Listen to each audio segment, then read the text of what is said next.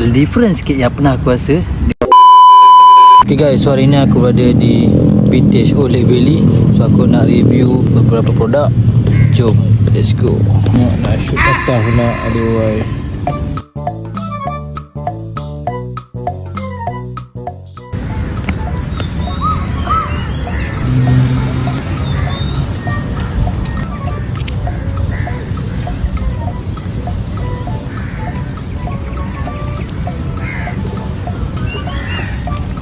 Guys, so aku dah try River Perisa Pineapple.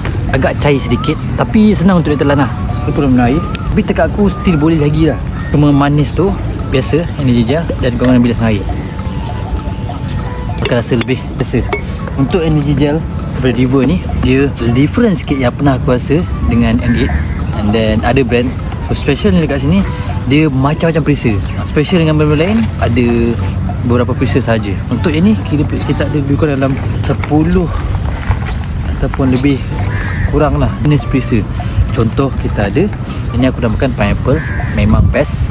Kita ada orange, kita ada grape, kita ada cola special, kita ada mixed fruits, kita ada apple, lychee, lemon. Berapa ni? 2, 3, 4, 5, 6, 7 ni perisa.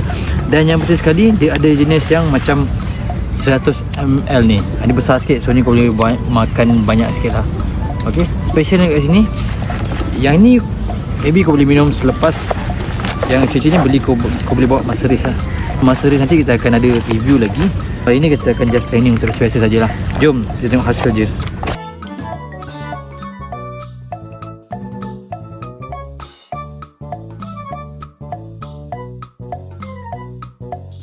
Penting bila kau dah makan, jangan buang sepah. Buang dalam tong sampah. Okey, jom. So 1 km, 2 km. Best. Okay guys, sorry for 3 km I miss, but 4 km is we get 5.58% piece. 5.58. So 1 more kilo, let's go. 5.52. Now we complete 7 km.